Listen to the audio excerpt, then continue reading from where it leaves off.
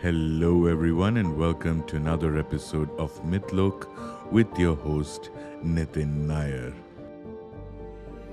Today is a great day in the history of Mythlok, the podcast, as well as the website, because we are bringing to you a brand new mythology that we believe will really ignite your senses.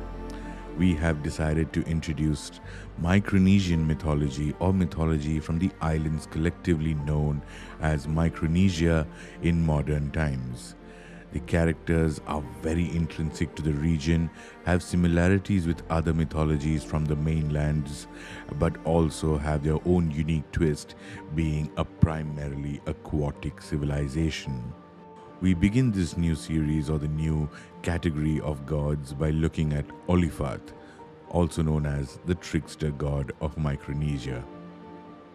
Olifat was the Micronesian equivalent of the Norse god Loki, the coyote, the African Anansi, or the Korean Seokga, were known as trickster gods in their respective mythology.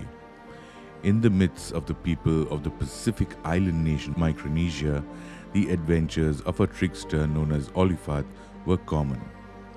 He was often cruel to the gods, made fools of men, and caused death and injury to humans. Despite his harmful behavior, he sometimes helped people by giving them advice on love and other personal matters. Olifat was considered to be unconventional looking, which made him think he was unattractive and made him jealous towards all living beings. Olifat was a precocious baby who matured miraculously fast and demonstrated feats of strength. Olifat was the child of the god Lugalan and Tariso, the daughter of the octopus goddess Hit. When Lugalan's wife Hamulul attempted to prevent his union with Tariso, Hit performed an overtly sexual act that caused her to faint, which allowed Olifat to be conceived. Olifat was born from the head of his mother, and after he was born, he ran away, bit off his umbilical cord, and cleaned the blood from his body. He also refused to be touched by humans and became a recluse. He was jealous of his siblings because they were more attractive. When he saw two of his cousins playing with a shark, he decided to give the sharks teeth to bite them. His sister Lugaopop then blamed him for the incident, and the gods then decided to send Olifat to heaven due to the numerous problems he caused on earth. Olifat is also known as Yellowfat, Iolafat, Orafat, Wolfat, Olofat, Olofat, and Orofat, depending on the area that he is being worshipped in. An incorrigible and successful seducer, Olifat is known to help men get their partners back. He can also be utilized to seek romantic advice through visions and dreams. In parts of the Caroline Islands, he is known for introducing erotic and magical tattoos. He is also known to cause various problems in the lives of the people of the islands, such as termite infestations and sour wine.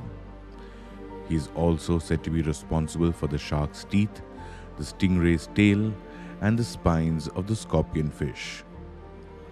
He is believed to have accomplished the Promethean achievement of bringing humanity the power of fire by creating a bird that brought down a glowing ember from the sun. Olifat has been an inspiration for artists and storytellers in recent times. He is also a boss-level character in a few video games and the MMORPG universe.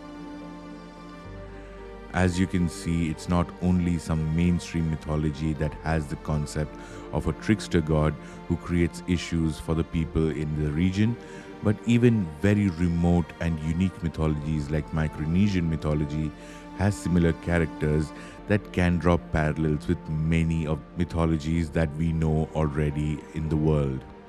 Even the concept of bringing fire like Prometheus clearly shows that there has to be a connection somewhere between all these different mythologies that we are missing in our journey to identify, study, and research them.